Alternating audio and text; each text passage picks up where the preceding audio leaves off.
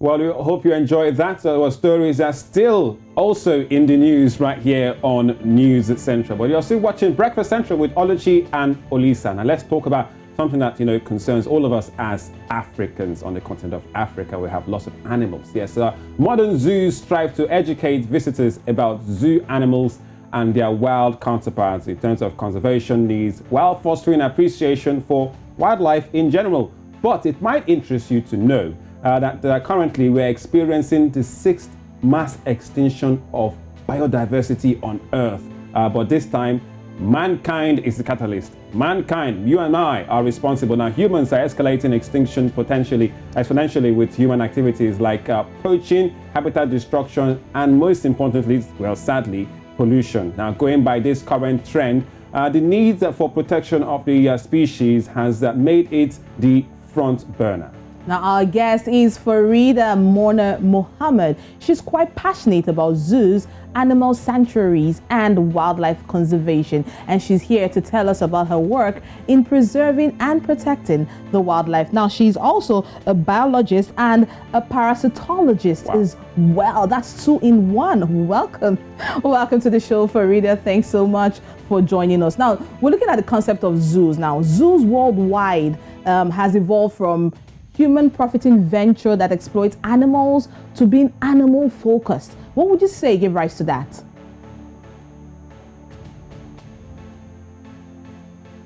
All right, Fareedah, if you can unmute your audio so we can hear you loud and clear. Fantastic. All right, good morning. Thank you for having me. Morning, Fareedah. So right, so animals are living beings. It's obvious that, they're sentient beings. And I think over the years, we realized that the way we've been treating them in the past is unfair and it's cruel.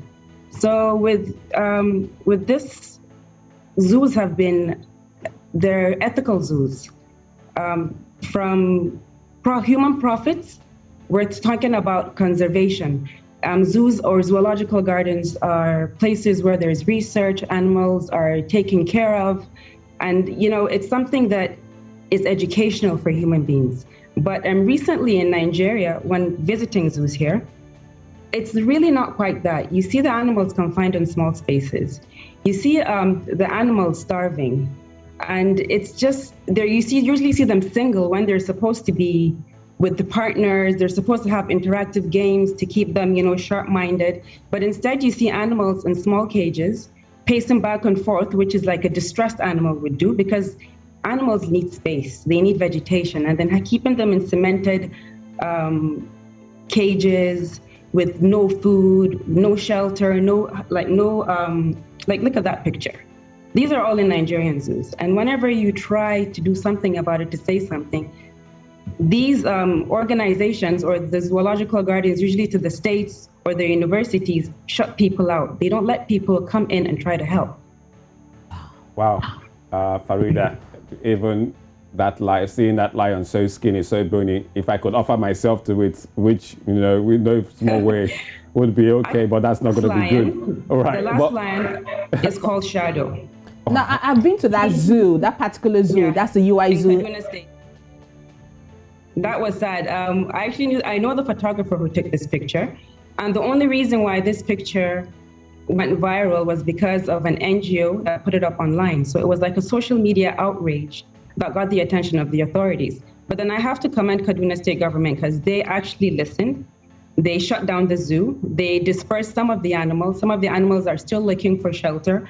There are sanctuaries, I think about 2 sanctuaries in Lagos that were able to take some of the animals like the primates. But the hyenas and other animals there still need places. So having sanctuaries within this country is actually very important because zoos are not doing what they're supposed to do. All right, Fareedah. Now, over 148 animals and over 100 plants are currently on the threatened species list in Nigeria alone.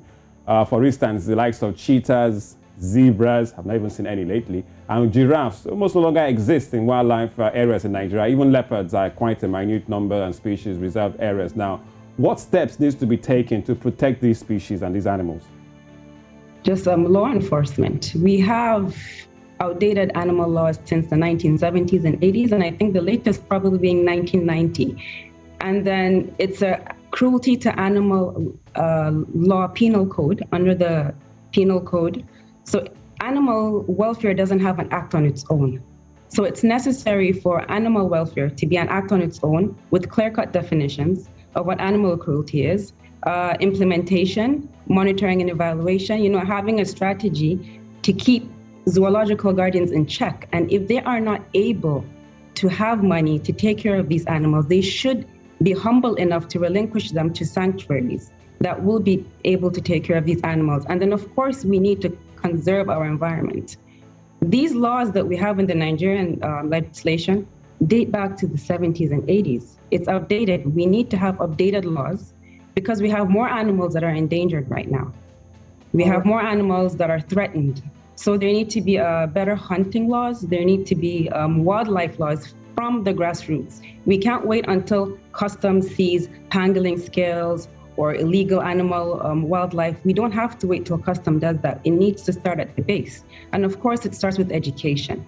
The veterinary schools have an animal welfare module, but it's not really, it's not well done, or it's not fair to say that, you have to be a vet to have that education. So I think it needs to start early in our primary schools, in our secondary schools. And just like a normal program that you have on TV, on newspapers to enlighten people, you need an awareness on this because we've lost so much land to agriculture and urbanization that animals don't have anywhere else to go. They're being poached and hunted. And there was another thing about zoos in Nigeria. They don't have licenses, they don't have proper breeding programs, and they don't have exchange programs. So mostly they hire hunters to go into the forests and jungles and then get these animals, which is also it defeats the whole purpose of conserving animals and biodiversity. Right, Fareedah, it is a serious situation looking at the animals and looking at this reserve or the animal reserves. They make a lot of money. People go there. I paid to go to see these animals in the zoo. But you wrote an article that talked about declaring a zoo ethical. Can you tell us more about that?